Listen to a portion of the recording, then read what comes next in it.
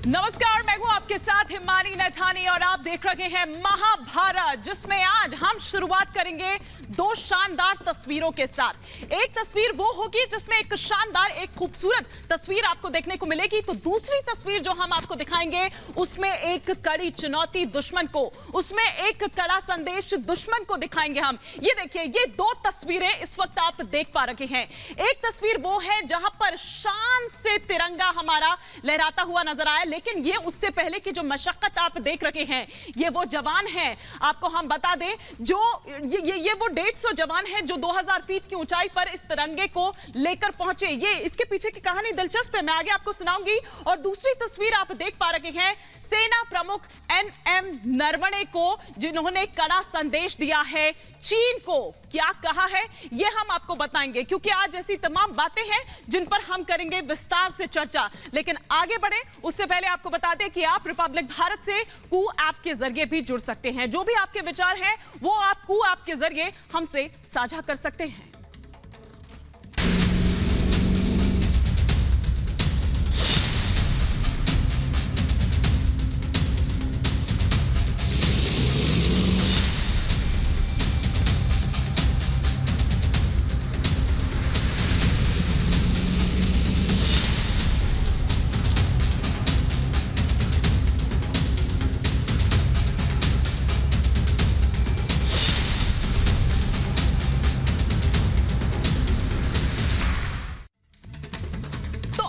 तस्वीर की मैं बात करती हूं, बहुत ही शानदार, बहुत ही खूबसूरत, और कहते हैं कि देश के आन बान और शान जो तिरंगा है, वो तस्वीर हम आपको दिखाने जा रहे हैं कि उस तिरंगे को वहां तक ले जाने के लिए आखिर कितनी मशक्कत करनी पड़ी। 150 वो जवान उस रेजिमेंट के, ये देखिए, ये हम आपको दिखा रहे हैं देश की आन बान और शान। ये खादी जो तिरंगा आप यहां पर देख पा रहे हैं, ये हाथों से बना हुआ है, 1400 किलो इसका वजन, और इन जवानों को यहां पर आप देख पा रहे हैं। और सबसे खास बात यह है कि जिस वक्त यहां पर यह लहराया जा रहा था, उस वक्त जो लेफ्टिनेंट गवर्नर है आर.के. माथुर भी वहीं पर मौजूद थे। हम आर्मी चीफ की बात करें एमएम नरवणे की, तो वो उस वक्त वहां पर मौजूद थे। उन्हीं के जब मौजूदगी में इसका उद्घाटन किया गया, इसका अनावरण जो है वो किया गया। अब आइए कुछ ग्राफिक्स के जरिए और मैं आपको यहां पर समझाने की कोशिश करती हूं कि क्या क्या आखिर इसके पीछे की कहानी रही। लेह में जो लहराया ये सबसे बड़ा तिरंगा है, जी हां, खादी से बना हुआ है सबसे बड़ा ये जो राष्ट्र ध्वज आप यहां पर देख पा रहे हैं, ये सबसे बड़ा 225 फीट लंबा है और 125 फीट 150 फीट ये चौड़ा है। 1000 किलो से 1400 किलो जो है वो इसका वजन बताया जा रहा है। लद्दाख के एलजी आर.के. माथुर जो हैं, उन्होंने इसका अनावरण किया और उस वक्त ही वहां पर मौजूद थे आर्मी चीफ एमएम नरवणे भी। और खास बात यह है कि 8 अक्टूबर को एयरफोर्स डे है, तब ये ले जाया जाएगा हिंडन ले जाया जाएगा। इस कार्यक्रम में शामिल हुए सेना प्रमुख एमएम नरवणे भी, जो ये तस्वीर यहां पर आप देख पा रहे हैं, शान से लहराता हुआ नजर आया। आन बान शान जो है देश की, ये तिरंगा। और आपको हम ये दिखा रहे हैं कि किस तरह से जो हमारे जवान हैं, उन्होंने 2000 फीट पर इसको आखिर किस तरह से पहुंचाया। आइए जरा एक रिपोर्ट भी आपको दिखाते हैं इसके पीछे की।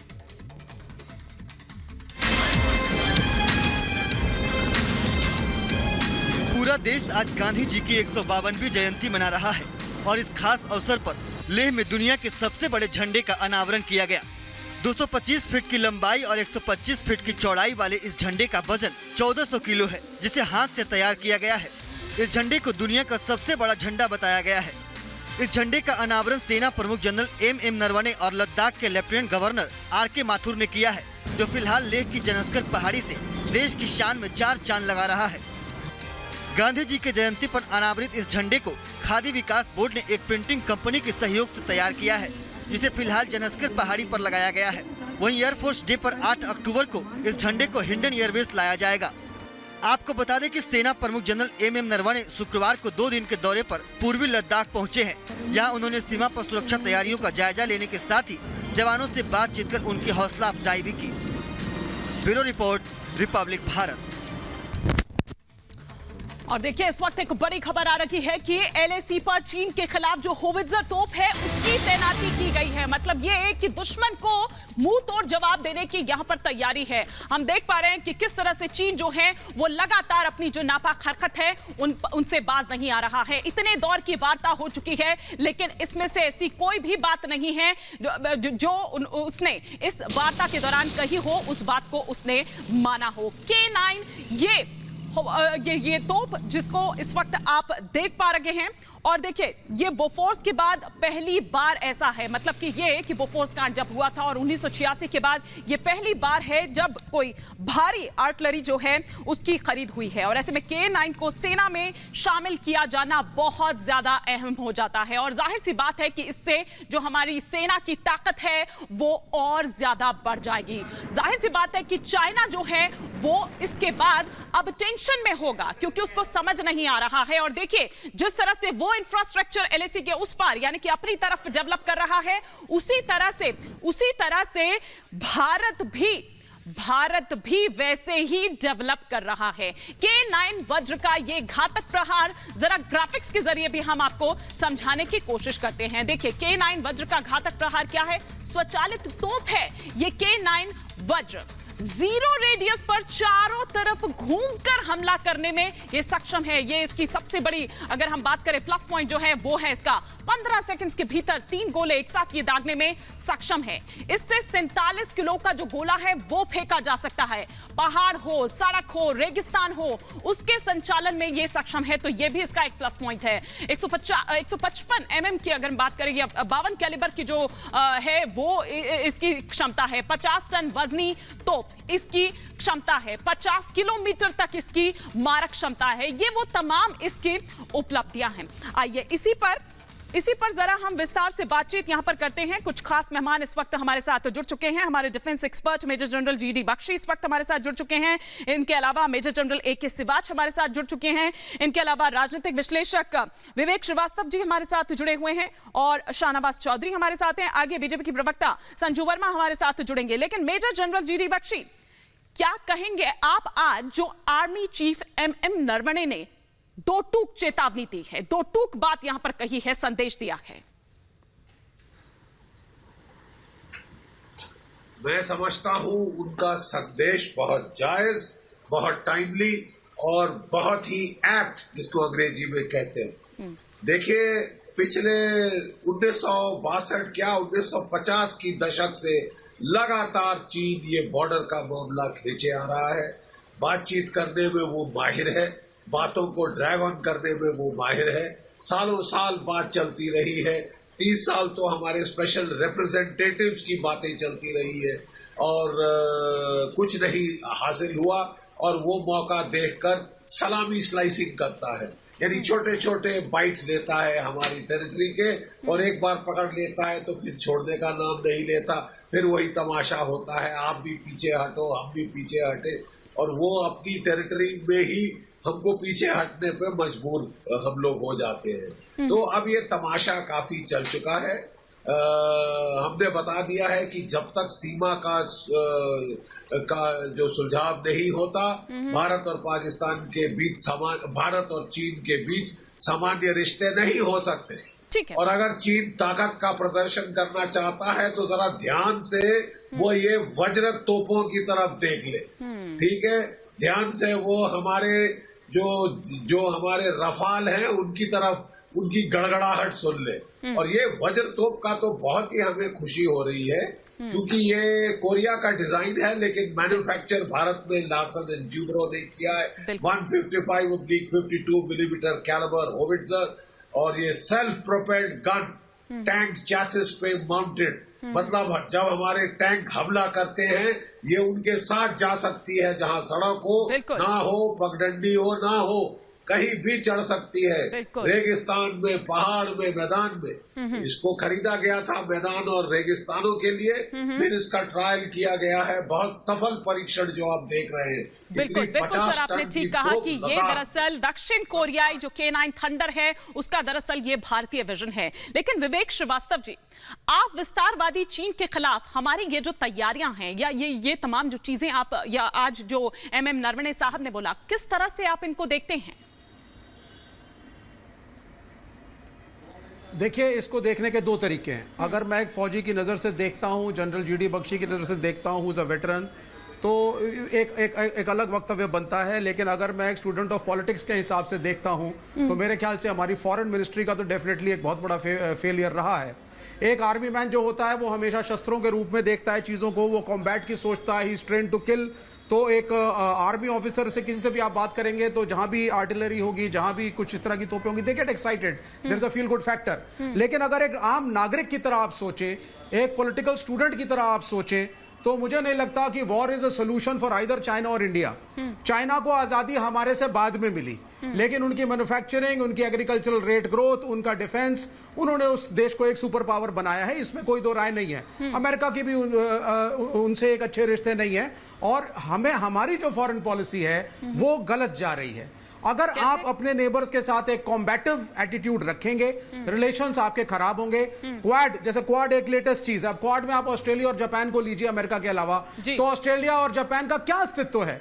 You produce one Australia every year. Bharat एक ऑस्ट्रेलिया हर साल पैदा करता है। ऑस्ट्रेलिया का कोई डिफेंस स्ट्रक्चर इतना बड़ा नहीं है। Australia is not an economic super power. Japan एक इकोनॉमिक सुपर पावर मान सकते हैं, लेकिन डिफेंस नहीं रहा।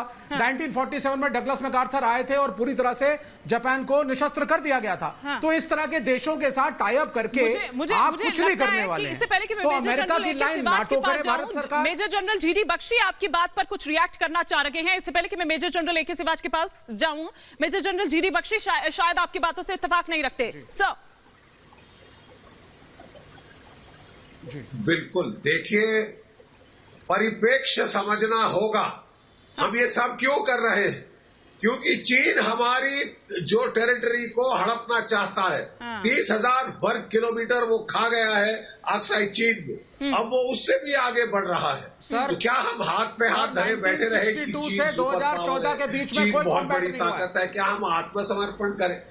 देखिए साहब, जब आप बैठने के लिए नहीं कह रहा, लेकिन 1962 से 2014 तक आपका और चीन का कोई स्कर्मिश नहीं हुआ है, मेजर स्कर्मिश। अब आप सुनिए 2014 के बाद क्या हुआ कि चाइना आज इस तरह से बिहेव कर रहा है? डिबेट खराब कर रहा है। जी ठीक है विवेक जी, थोड़ा बोलने दीजिए, बोलने आप ही की बात का जवाब दे रहे हैं, आप सुन लीजिए पहले फिर बोलिएगा। विवेक जी प्लीज रिक्वेस्ट है आपसे। मेरा एक सिंपल सवाल है, मेरा एक 5 सेकंड का सवाल है।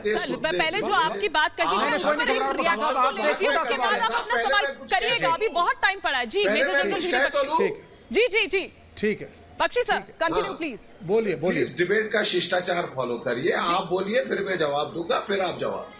देखिए, मैं कह रहा था कि ये सब हम क्यों कर रहे हैं? हम इसलिए कर रहे हैं कि चीन हम पे आक्रामक तेवर दिखा रहा है। पिछले साल वो चढ़ाई कर दी, तकरीबन हमारे 20 जवान शहीद कर दिए। क्या हम हाथ पे हाथ धरे बैठे रहे? क्या हम आत्मसमर्पण करें कि चीन बहुत बड़ी ताकत है, एग्रीकल्चरल पावर, इंडस्ट्रियल? अरे हम भी अपने तरह में बहुत अच्छी ताकत है। हम भी विश्व में एक ताकत के तौर पे उभर रहे हैं। हमारे हर देश की इज्जत होती है, हर देश की एक गौरव सम्मान होता है। हम उसका आत्मसमर्पण नहीं करते, चाहे कितना भी ताकतवर देश आ जाए। ठीक है साहब। और जहां तक रहा पॉलिटिक्स का सवाल, जियो पॉलिटिक्स में मैं विवेक श्रीवास्तव जी को याद दिलाना चाहता हूं कि जियो पॉलिटिक्स में बैलेंसिंग एक बहुत नॉर्मल स्ट्रेटेजी है। अगर चीन आक्रामक तेवर अख्तियार कर रहा है हमारे साथ साउथ चाइना सी में, ईस्ट चाइना सी में, लद्दाख बॉर्डर, अरुणाचल बॉर्डर पे आक्रामक तेवर अख्तियार कर रहा है, तो इट मेक सेंस आप उसको diplomatically handle China with the help of Japan. जरूरी है, जरूरी है। और मुझे लगता है मेजर जनरल एके सिवाच हमें भी ये करना जरूरी है, और पिछले कुछ टाइम में हमने ये किया भी है। और यही कारण है कि चीन के माथे पे शिकन ये ला रहा है, क्योंकि जो 5-6 साल में तैयार होना चाहिए वो 5-6 महीने में ही हो रहा है। तो ये वॉर ऑन ग्राउंड से ज्यादा वॉर ऑफ एक सेकंड विवेक जी आऊंगी, वॉर ऑन ग्राउंड से ज्यादा वॉर ऑफ इंफ्रास्ट्रक्चर की लड़ाई हो जाती है कि कौन कितनी तेजी से आगे बढ़ता है इसमें। बिल्कुल, मैं तो ये कहता हूं हमने 75 साल के करीब अपने वेस्ट कर पहले हम सोचते रहे कि भारत और चीन के साथ लड़ाई नहीं होगी, और हमारा और इनका ट्रेड है, बहुत बड़ी मार्केटिंग प्लेस है, भारत देता है चीन को। मगर जब से हमारा डोकलम और गलवान हुआ तो हमको लगा है झटका, और हमें पहले ही इंफ्रास्ट्रक्चर डेवलप करना चाहिए था। और ये तो अच्छी बात है, लास्ट 10 साल में हमने बहुत कैचअप किया है। हमने अपने रोड, ट्रैक और अपनी जो काबिलियत को एक प्रकार से पन्ना किया है पूरे लद्दाख से लेकर अरुणाचल। मैं बताना चाहता हूँ, मैं वहां पर चीफ ऑफ स्टाफ था ले लद्दाख में 2 साल। सच्चाई यह है कि आज भारत चीन को आंखों में आंखें डाल के देख सकता है। ये तो K9 वज्र पहुंचे हैं, आपको पता होना चाहिए कि वहां लद्दाख एक हाई एल्टीट्यूड डेजर्ट है, वहां पर वैली है 5-6, डेमचौक, त्रिशूल और आपके जो दूसरी वैली है वहां पर टैंक चल सकते हैं, और टैंकों के साथ आपको चाहिए स्पोर्ट में गन जो कि उसकी मैचिंग कैपेबिलिटी हो।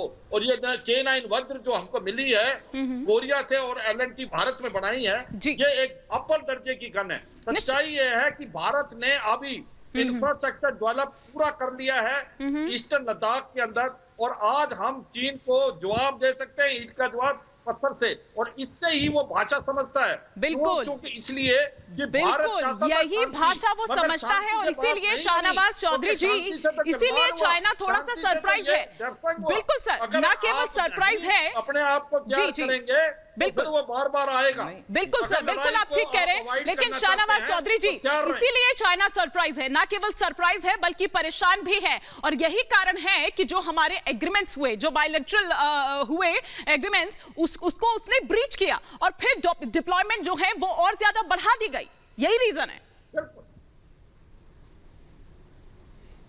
नहीं देखिए, मैं ऐसा मानता हूं, अभी जो जनरल GD बख्शी साहब ने कहा, और ये बात बिल्कुल सही है कि सेना को मजबूत होना चाहिए, सेना के पास अच्छे हथियार होने चाहिए, इसमें कोई दो राय नहीं है। लेकिन समस्या ये है कि सरकार में बैठे लोग कर क्या रहे हैं? जो सरकार में बैठे लोग हैं उनकी जिम्मेदारी जवाबदेही बनती है ना, कि बार बार चाइना अंदर आएगा और बाद में वो बाहर चला जाएगा, और फिर कहा जाएगा कि नहीं चाइना अंदर आया नहीं था, फिर बोला जाएगा बाहर चला गया। ये इस तरह का झूठ जनता से क्यों बोले जा रहे हैं? ठीक है, आपकी इस बात का जवाब मैं लूंगी। आप लोग बीमारी पर बात कर रहे हैं, बीमारी के जड़ पर बात नहीं कर रहे हैं। हाँ, मैं अपनी बात रख देता हूं। बीमारी की जड़ क्या है? बीमारी की जड़ है सरकार की कमजोरी है, केवल राजनीति के लिए सेना का इस्तेमाल किया जा रहा है और कुछ नहीं किया जा रहा है। अगर सरकार मजबूत होगी, और सरकार देखिए, और नेतृत्व पर डिपेंड करता है। मैं अब बोलूंगा तो भाजपा के लोगों को बुरा लग जाएगा, लेकिन नेतृत्व कमजोर है। मैं अपनी बात पूरी रख दूं, पहले GD बख्शी साहब जवाब दे देंगे। मेरा मानना यह है कि नेतृत्व को मजबूत होना पड़ेगा, और नेतृत्व अभी कमजोर है। मुझे ऐसा लग रहा है कमजोर नेतृत्व है। उस पर भी जवाब संजू सैमसन जब हमारे साथ होंगी मैं तब जवाब लूंगी, क्योंकि अभी है नहीं, मेरे साथ जुड़ी नहीं है। लेकिन मेजर जनरल GD बख्शी, क्या राजनीति के लिए सेना का इस्तेमाल हो रहा है?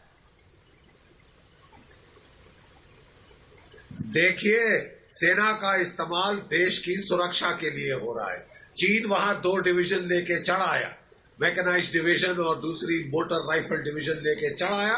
We had to match, tank for tank, gun for gun, man for man. उससे चीन का आगे बढ़ना रुक गया। ठीक है साहब, यहाँ पे हमारे देश में हमारे सरकार का मनोबल करने वाले, चिल्लाने वाले तो आपके सामने बैठे हैं। अगर वो तो अभी हमने हथियार पहुंचाए हैं तो रोना शुरू कर दिया। अभी साहब हम आक्रामक कोई वहां पे कार्रवाई करेंगे, और हमने जो पर्याप्त कार्रवाई थी वो करी।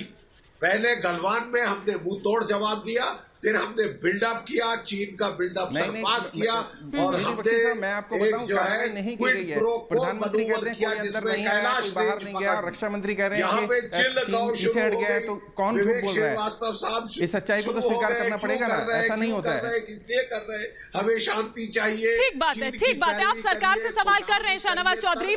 मैं लौटूंगी, संजू वर्मा जब हमारे साथ जुड़ेंगे तो मैं जरूर उनसे कहूंगी। लेकिन इस वक्त देखिए, एक बड़ी खबर आ रही है। आर्मी चीफ MM नरवणे ने 2 टूक यहाँ पर चेतावनी दी है, और ये कहा है कि हमारी चीन की हर हरकत पर नजर है। न केवल चीन पर कहा उन्होंने, बल्कि अफगानिस्तान पर भी ये कहा कि अफगानिस्तान पर भी हमारी निगाह बनी हुई है। ये 2 बड़ी जो खबर इस दौरान उन्होंने कही। चीन पर आर्मी चीफ का यह बड़ा बयान कि किस तरह से चीन की जो हर हरकत है उस पर हमारी नजर है, क्योंकि पिछले इतने दौर की वार्ता में भी अगर हम देखें तो उसने एक भी बात ऐसी नहीं है जो मानी हो या अपने कहे पर वो इंप्लीमेंट करता नजर आया हो। क्या कुछ इसके अलावा और कहा, आइए आपको सुनवाते हैं। Yes, as you very rightly mentioned that the Chinese have deployed in considerable numbers all across eastern Ladakh, and not only in eastern Ladakh but all across the northern front, right up to our eastern command also. So definitely there has been an increase in their deployment in the forward areas, which remains of course a matter of concern for us. but we are regularly monitoring all their movements, and based on whatever inputs we get, we are also carrying out matching developments both in infrastructure as well in terms of the troops that are needed to counter any threat. So we are, I think, at the moment quite well poised to meet any eventuality. बिल्कुल, तो सुना आपने कि क्या कुछ कहा यहाँ पर आर्मी चीफ एमएम नरवणे ने। साफ तौर पर यहाँ पर चेता दिया है, हर हरकत पर हमारी निगाह है, और जाहिर सी बात है कि हम देख रहे हैं कि जो अग्रिम क्षेत्रों में आप तैनाती कर रहे हैं तो फिर उससे कहीं ज्यादा हमें भी अपनी डिप्लॉयमेंट यहाँ पर लगानी होगी। लेकिन इस बीच हम आपको दिखाते हैं कुछ ग्राफिक्स के जरिए कि स्वदेशी हथियार और दुश्मन में कैसे आखिर हाहाकार यहाँ पर मचा हुआ है। दक्षिण कोरियाई होवित्जर K9 थंडर का दरअसल ये भारतीय मॉडल है, भारतीय वर्जन है। सबसे अहम बात जो ये है वो ये कि मेक इन इंडिया के तहत इसका निर्माण किया गया है। L&T यानी लार्जर एंड टर्बो ने किया है इसका निर्माण। दक्षिण कोरियाई कंपनी जो हानवा टेक्विन, उसने ये तकनीक दी है। मई 2017 में रक्षा मंत्रालय ने ये दिया था L&T को इसका ऑर्डर। 100 K9 वर्जन निर्मित करने का ऑर्डर दिया गया था। इधर गुजरात के हजीरा में जनवरी 2018 में शुरू की गई थी इसको, और निर्माण इकाई जो है इसकी पहली बार नवंबर 2018 में किया गया था।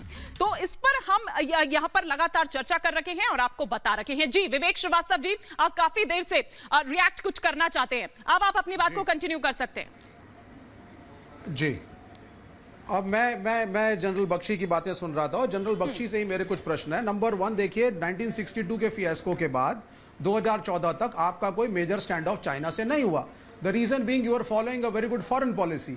और अब आपने क्या किया 2014 के बाद, आपने एक एब्सर्ड फॉरेन पॉलिसी को फॉलो किया जिसके अंदर आप अमेरिकन लाइन टो करते हैं। आपकी अपनी कोई ओरिजिनलिटी नहीं, ना आप नॉन अलाइंड हैं, ना आप न्यूट्रल हैं। आपको करना चाहिए था दैट हमारी फॉरेन पॉलिसी होनी चाहिए थी कि हम भारत का भविष्य देखें, भारत को आत्मनिर्भर बनाएं, हम ग्रो करें, हम खुद सुपर पावर बने।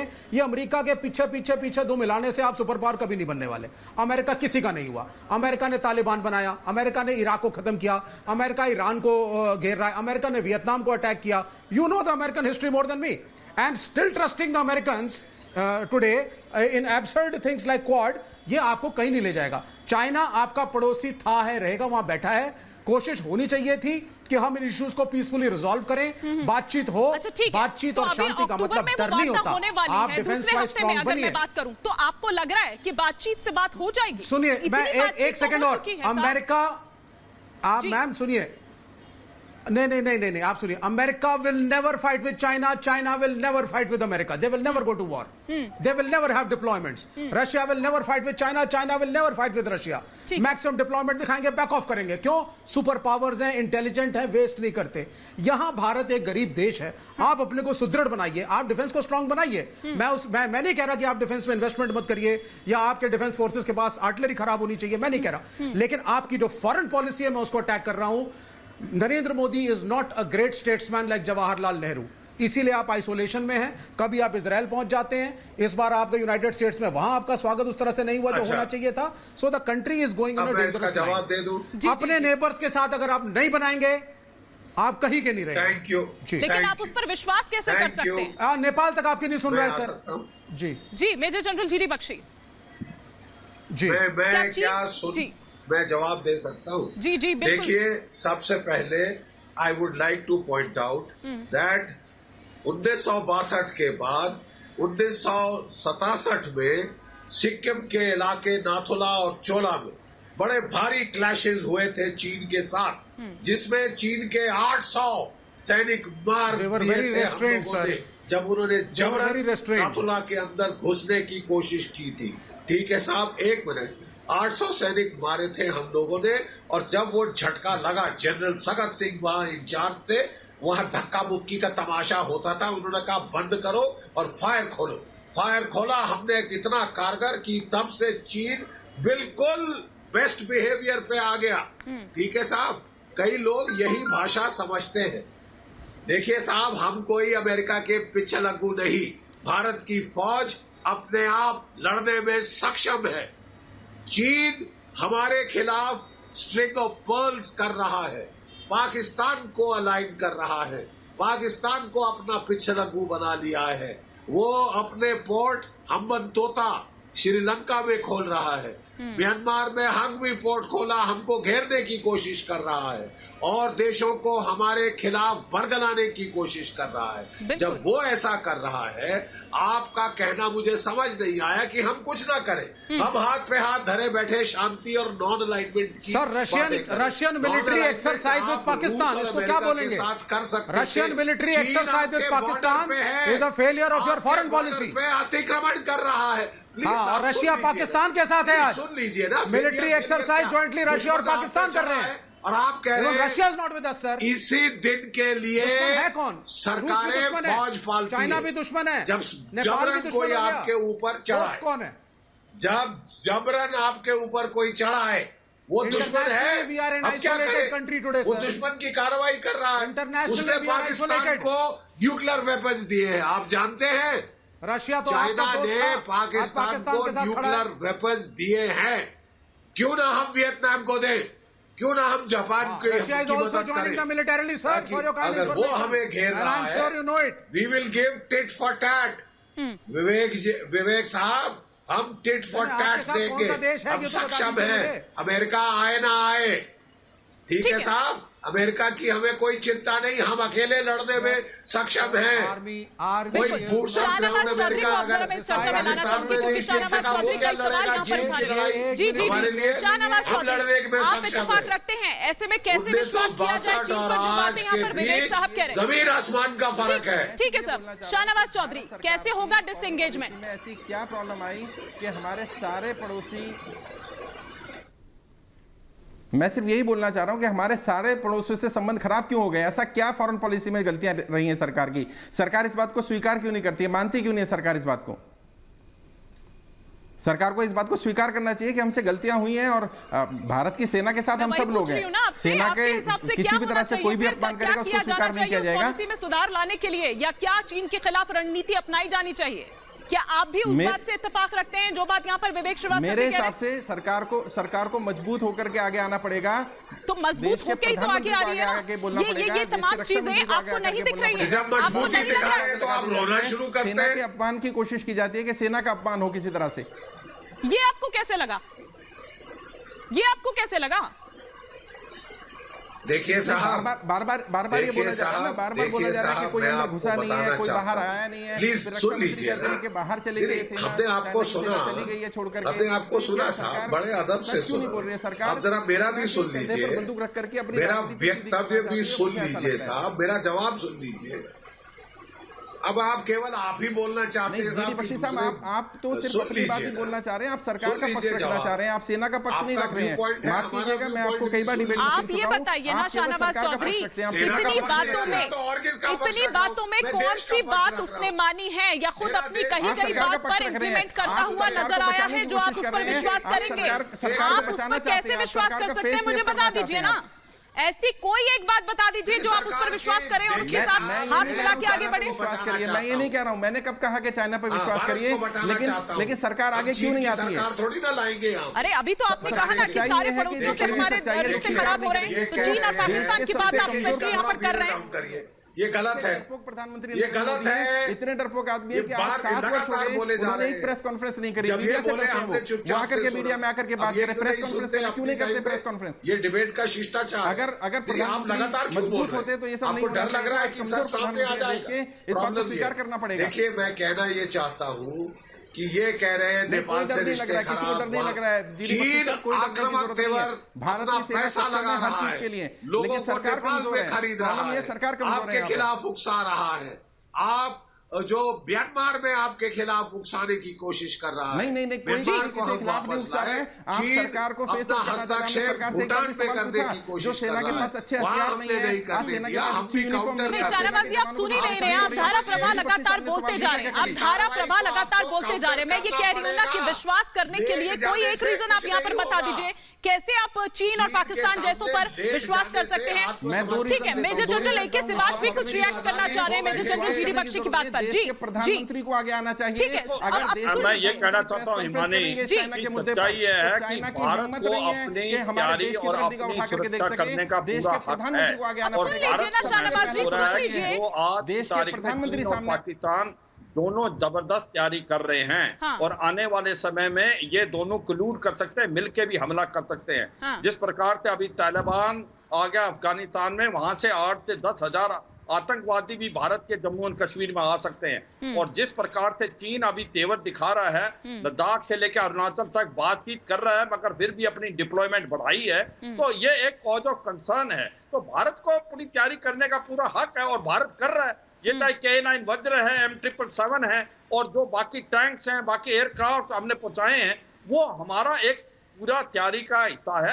हमने चीन से संबंध अच्छा रखना चाहते हैं, मगर चीन को भी ये समझना पड़ेगा कि ये बदला हुआ भारत है, ये प्रेशर नहीं डाल सकता भारत। इसीलिए वो परेशान हो रहा है, इसीलिए वो सरप्राइज हो रहा है। अच्छा विवेक श्रीवास्तव जी, ये बताइए LAC के उस पार, यानी कि अपने विवेक जी, LAC की जो अपनी तरफ उसने इंफ्रास्ट्रक्चर जो बढ़ाया है, जाहिर सी बात है ना कि ट्रूप्स की तैनाती के लिए ये बढ़ाया है। आप इसको क्या देख रहे हैं, आप इसको क्या समझ रहे हैं, क्यों किया गया?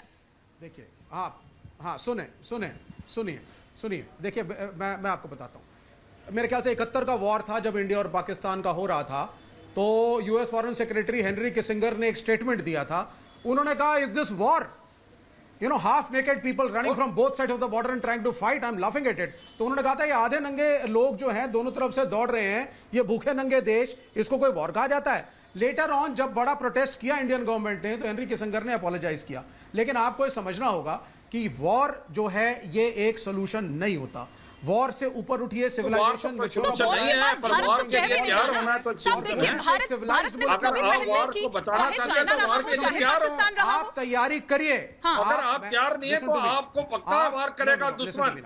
अगर आप कमजोर हैं तो आपको ऊपर अटैक करेगा। देखिए और 1971 का जो लड़ाई है, एक सबसे बेस्ट ऑफेंसिव मैन्यूवर है। 14 दिन के अंदर जनरल साहब मेरी बात सुनिए आप। लोगों को, अमेरिका कभी नहीं लड़ेगा चाइना से, अमेरिका कभी नहीं लड़ेगा चाइना से, रशिया कभी नहीं लड़ेगा चाइना से, चाइना कभी नहीं अटैक करेगा अमेरिका को, चाइना कभी नहीं अटैक करेगा। हम क्या करें? No super power. वो अगर नहीं करेगा तो उनकी मर्जी है, हमें तो अपने आप पे तैयार रहना है, हमें तो अपना बचाव करना है। वो समझदार मुल्क है, चीन चीन अमेरिका से नहीं लड़ेगा, चीन रूस से नहीं लड़ेगा।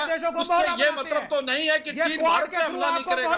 भारत तो तैयार होना पड़ेगा, भारत को तो पाकिस्तान से भी अपने आप को तैयार करना पड़ेगा। तो ये और आपको कोशिश करो कि अगर हम अमेरिका के साथ हैं, अमेरिका का मतलब ये नहीं कि हम अमेरिका के बिल्कुल गठबंधन में, हम कोई मिलिट्री अलायंस में नहीं है, हम अपने आप लड़ने के लिए सक्षम हैं, चाहे वो चीन हो या पाकिस्तान हो। ये समझने आप अमेरिका के कहने पे यूनाइटेड नेशन सिक्योरिटी काउंसिल में तालिबान अमेरिका से लड़ेगा या अमेरिका से लड़ेगा। बात सच्चाई ये है, भारत के साथ चीन और पाकिस्तान जो दोनों तैयारी कर रहे हैं, भारत को तैयार रहना चाहिए। ठीक है, मैं माफी के साथ आप सभी को रोकना चाहूंगी, समय इतनी इजाजत दे रहा था। मैं माफी चाहती हूँ, मेजर जनरल GD बख्शी कुछ यहाँ पर रिएक्ट करना चाहते हैं, लेकिन सर समय इतनी इजाजत दे रहा है। लेकिन हाँ, अपने दूसरे शो में जरूर हम आपसे इस पर चर्चा करेंगे विस्तार से। फिलहाल बहुत बहुत शुक्रिया आप सभी मेहमानों का हमारे साथ इस चर्चा में जुड़ने के लिए। यहाँ रुकेंगे एक छोटे से ब्रेक के लिए, लेकिन आप लगातार जुड़े रहिए देश के नंबर 1 चैनल रिपब्लिक भारत के साथ, क्योंकि हम हैं लगातार लाइव।